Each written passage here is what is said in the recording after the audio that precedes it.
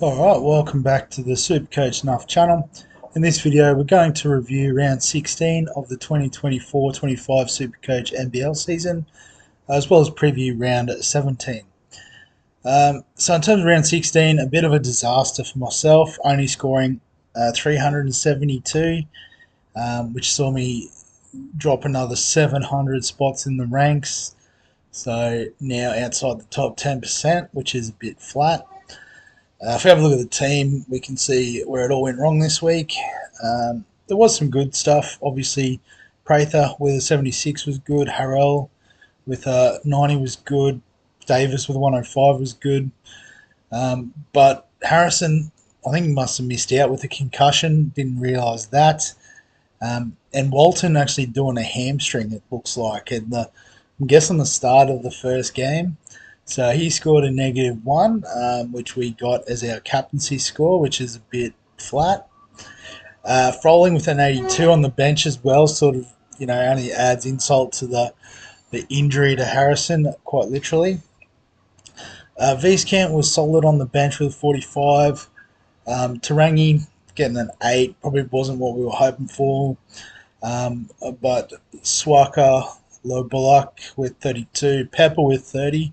Was a good bounce back for him. If we have a look at the matchups from last week, obviously got beaten by the Ashura, Sam's team. He had a -1 as well, but not as captain. He had Cotton as captain, who scored 102, so that's fantastic. Goulding with a 73 was solid. Had Froling on field, which was nice. So, probably did well to get that close to him, being honest. And as you can see, my score is quite poor compared to the rest. I think it's the lowest in the league. Just having a quick look through. Yep, but it can happen. So what do we got? 672 from Balls Up. Looks pretty big. 668. So I'll have a look at both of them. So Woozies, 668, well-deserved #1 seed going into the finals. Has Cooks, Harrell, Cotton, captained Davis, which was the right call. And Prather on field. So those big 5 on field all going massive. You love to see it. And the 672, I imagine, would be quite similar. So Cooks, Davis, Cotton, Prather, Froling. Instead of Harrell was the difference, so maybe a little bit of extra on the bench. Like Humphreys, Mooney, so 44 suggests that he scored an 88, which is pretty good. He's mid-price, I'm pretty sure. Well, was mid-price. Still is at 320. Humphreys, he'd be value as well. Yeah, 300k. Fantastic. Nice.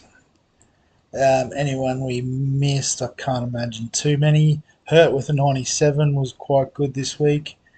Windler over in Perth, haven't seen his name come up all year, but 89, pretty good result there. Only 3.4% owned. Mooney we touched on. Sobey with an 81. Bannon for the Bullets with 78. Doyle, Kell, Vordenberg, all fairly popular. Illy, White. So a lot of the big names, just sort of hitting their straps at the right time, which is what you want to see. Any break-evens we need to concern ourselves with? Not really, just looking at it. Cool. So, in terms of the team, before I get to my team, I forgot it is the head-to-head finals. So in the top half of the draw, the final 8. So we've got Woozies #1 overall against East Valley United, and the step back Stormers against Nacho. So for the the week off next week, got Shano's Guns, Skin Dogs, Balls Up, and SuperCoach Eggs, all making it into the bottom half of that top 8. Looks like I do get a game in the secondary finals. But given my form recently, not expecting a lot out of that. So if we have a look at trades for this week, pretty obvious the outs. Harrison, Walton both out.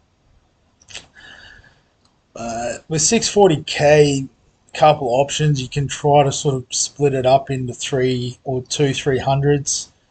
Um, but I've got Froling sitting on my bench, and I'm probably happy to play him.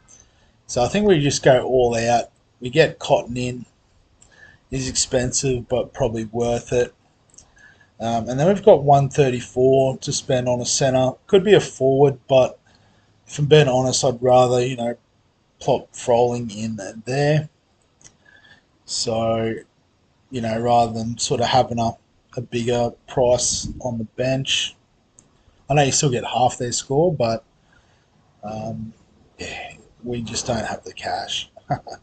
So centres, players I can afford.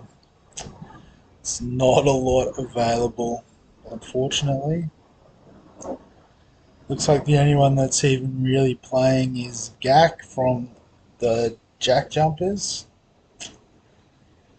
He's cheap, which is handy.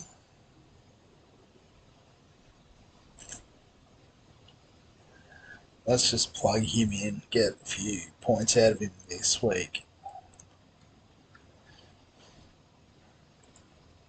So Froling on field.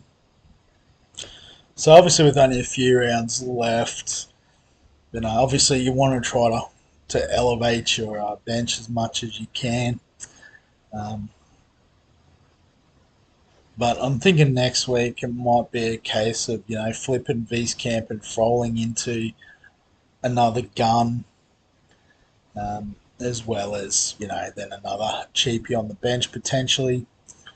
Because after that we've sort of got all the big guns there, which is nice. Captain, vice captain this week. So again, this is a round where everyone plays twice.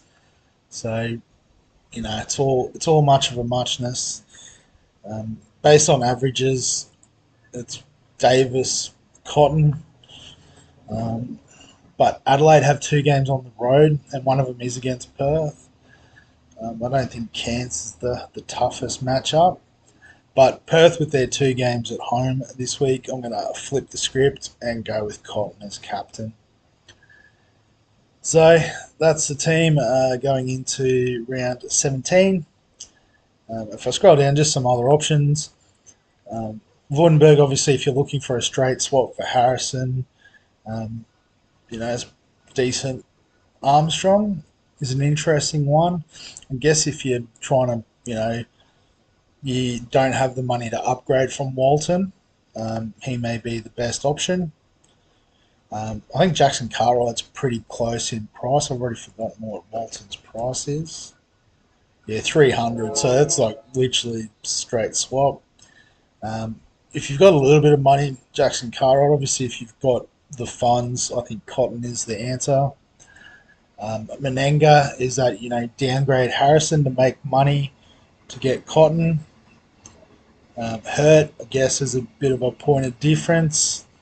It's going all right. Obviously, covers the centre position as well for Harrison. So those are all pretty handy options, I think, if you wanted to go that way. But we'll wrap the video up there, nice and short and sharp. As always, if you've got any questions, comments, thoughts, feel free to add them below this video. Give us a thumbs up if you like the video, like the NBL content. Subscribe for all the fantasy sports content on the channel. And other than that, we'll catch you in the next one.